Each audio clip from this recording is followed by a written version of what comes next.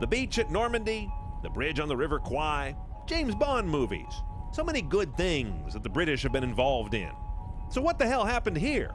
Let's drive the 2012 Aston Martin Vantage Roadster and check the ill-conceived, poorly executed, overpriced tech.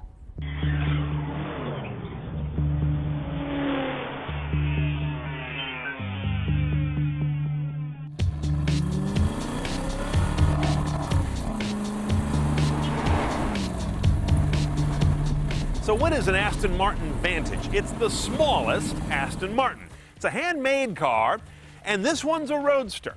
We've got a cloth power top, nothing too tricky, not a metal retractable, but it works well, gets out of the way, and leaves you with a small but usable trunk.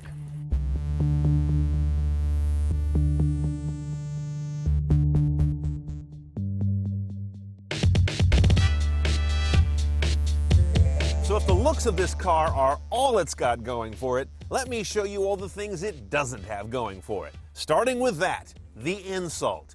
Who the hell puts that in a car like this? This tells me one of two things. Either Aston Martin is so stupid they don't know that that is a horrendous interface, or they're sneering at their customers saying, oh, give them their little screen like their little iPhone gadget. Technology is not a gadget anymore, guys. It's central to your product. Now, this little helper display does all your media and telephony.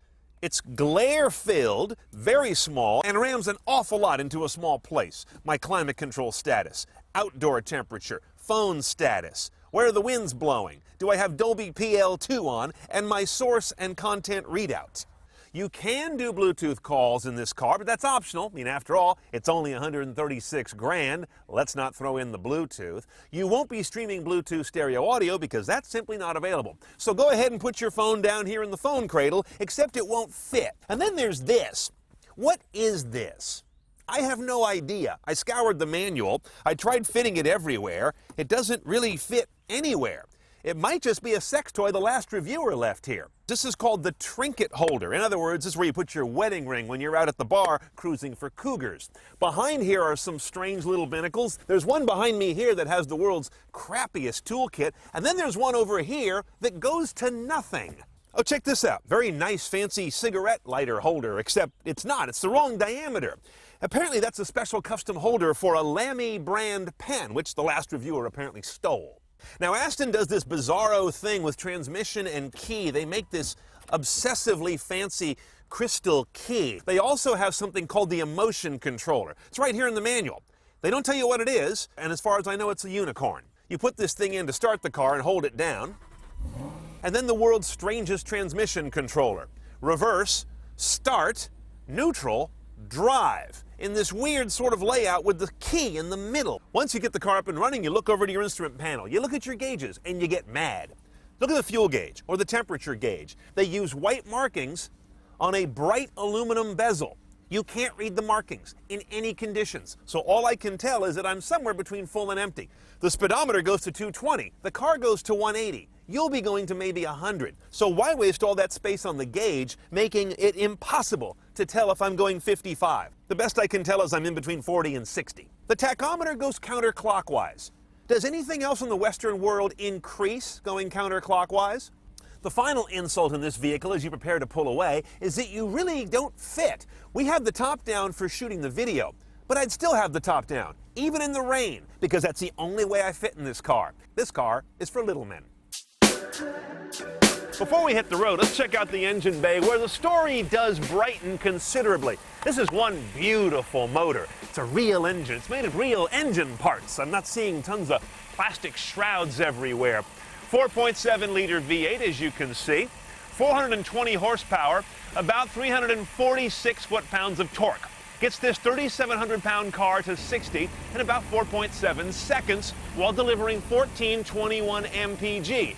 Bad enough to earn you a $1,300 gas guzzler tax. However, the weight of this car is actually pretty svelte, given what it is.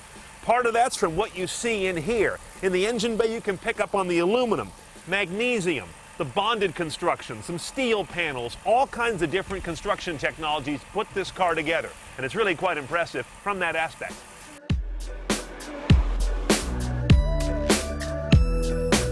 So here's where the real trouble with this car arises: when you drive it.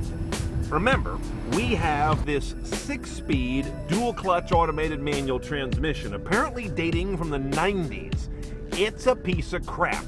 The car falls flat on its face between every gear. I don't care if you're heavy on the throttle, light on the throttle, barely on the throttle, middle on the throttle. Self-shifting on the paddles, regular mode, sport mode. This thing drives like a 15-year-old learning to drive a stick. It's a disaster. The brutal shame is this car handles really well, and I think it's got a great engine. I have no idea. I can't get to the engine because this crap gearbox is completely in the way. I'm just really shocked this car was approved for production, and I'm being quite honest.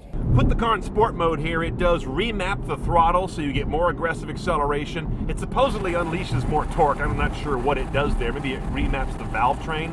And it also opens up some valving in the exhaust system to give it a real throat.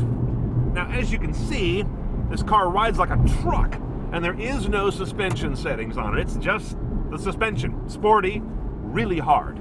So herein lies a broken car, which for $100 and something thousand is inexcusable.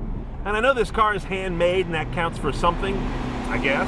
But in this day and age, it's no longer quaint to have things that creak and rattle. That weird wind noise back here, that's just not funny anymore. It's not charming. Let's price this Vantage Roadster about $140,000 with delivery of $2,100 and gas guzzler tax of $1,300. Then there are some options. $750 for Bluetooth. Really? I'm pretty sure I'm reading the option sheet right that navigation thingy is $2,700.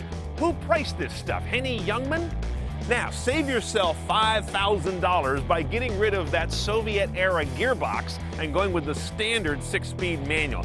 The other thing we have is the $1,600 Aston Martin Premium sound. It sounds pretty good. I can't imagine you want to step up $8,300 more to the Bang & Olufsen system in an open car.